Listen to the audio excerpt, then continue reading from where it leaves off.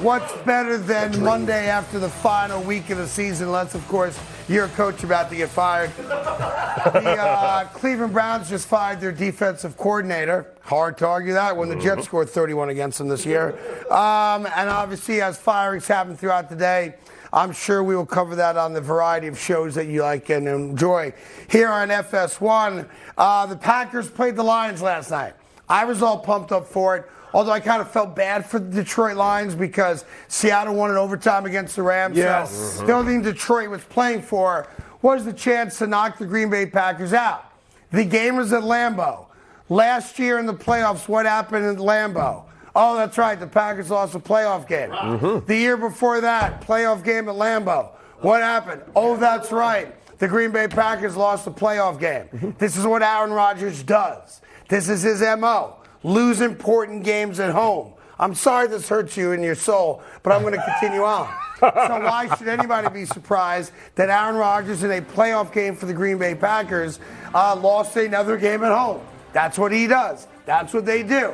And give the Detroit Lions a lot of credit because knowing about an hour before the game that they had nothing to play for. Oh, look, Aaron Rodgers throwing another interception.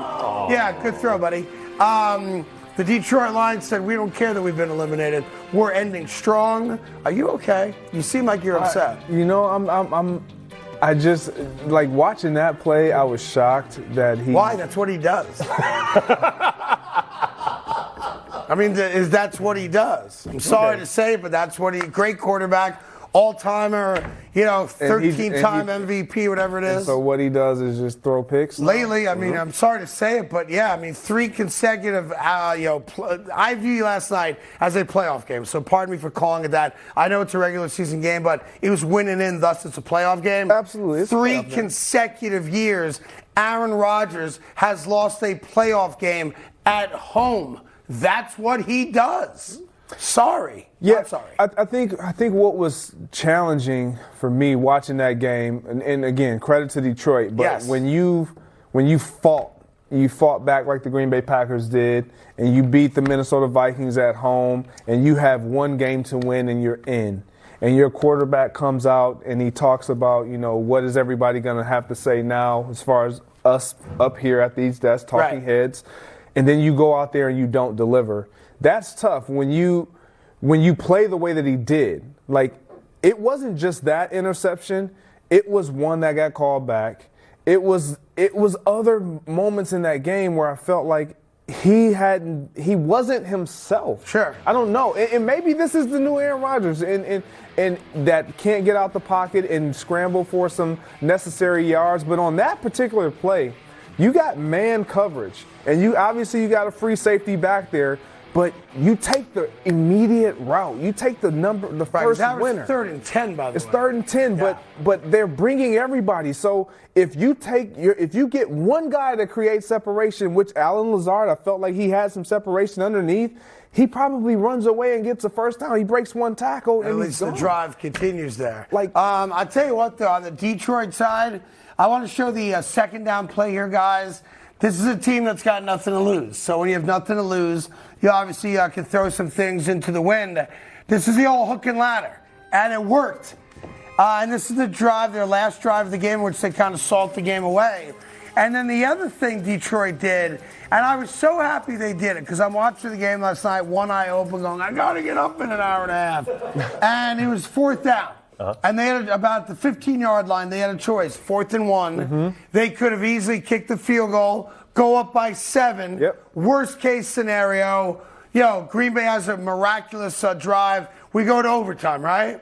And Dan Campbell and the Detroit Lions said, no, we're going for it on 4th down. Bang, first down, and that's a wrap. Game is over. And while the Detroit Lions are not playing again this year, I'm sure for them in that locker room, that play right there was like winning a playoff game, right? And that is a team, assuming they bring Jared Goff back contractually, that is not a guarantee. There is an out in his contract. Boy, that is a team that's on the rise.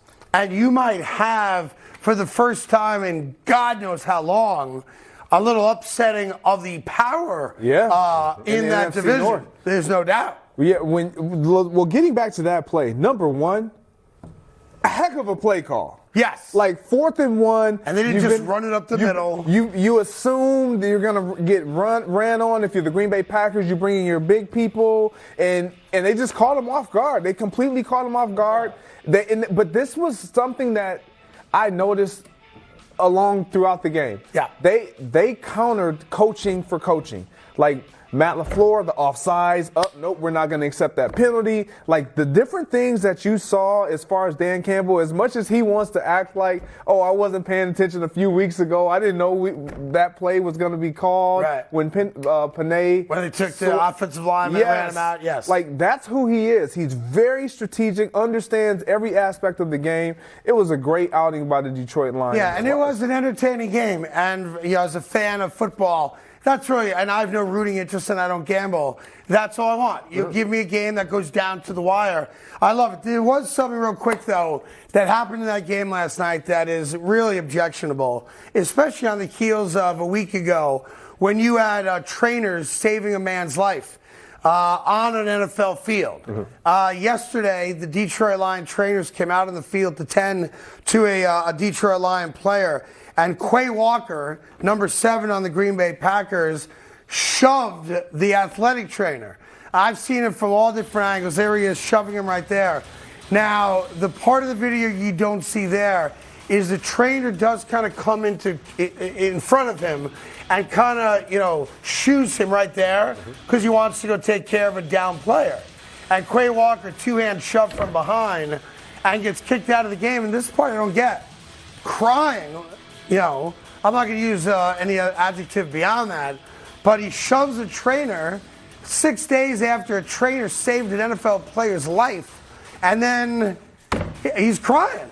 And I'm not sure if he's mad at himself, if he's mad that he kicked out, but that is a bad look from a guy in the NFL, especially a player. It's a terrible look, and he understands what that potentially what it potentially cost his team. Like he was an important piece to that defense all game, making plays all over the field, and for him to do that, obviously you just said everything with what happened last Monday.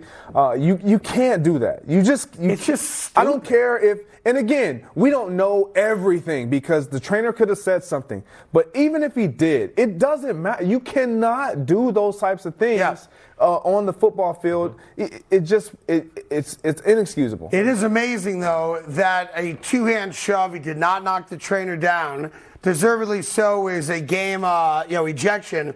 And yet Justin Jefferson took his helmet and slammed it into the referee's shoulder from behind. Similar kind of scenario. And no fine, no suspension. Nothing. He did not. So I'm trying to figure out why Quay Walker got kicked out of the game, but JJ didn't. I don't understand. I have an answer for you, actually, because this is actually the second time Quay Walker's been kicked out of a game for shoving another team. Yeah, he's an idiot. Well, here's the thing. That was only the first time that Jefferson tried to viciously attack a referee with a helmet. Oh, is that the deal now? It needs to happen twice. You get one on us. He did not try to attack the referee. Can we stop saying this? Vicious. I almost called in last week. I'm like, what? I think it's a fair question. This guy pushes the trainer, doesn't go down, and he's out of the game, rightfully so. It was a disgusting display of violence. Justin Jefferson took a weapon off of his head and slammed it into the shoulder of an unsuspecting referee. And no fine, no suspension. You tell me how those two things. Look at that. Look at that. Oh, look at the free frame of nothing happening. Look at that. No. As wait a minute. Different rules for different people, I guess. That's Photoshop. As many times as you guys don't get the footage correct, you got this. This is too good. Hey there, thank you so much for watching The Carton Show. You can subscribe right here to get all the latest bits and segments from the show. And by the way, while you're at it, we have a lot of great shows on FS1, so check them out too.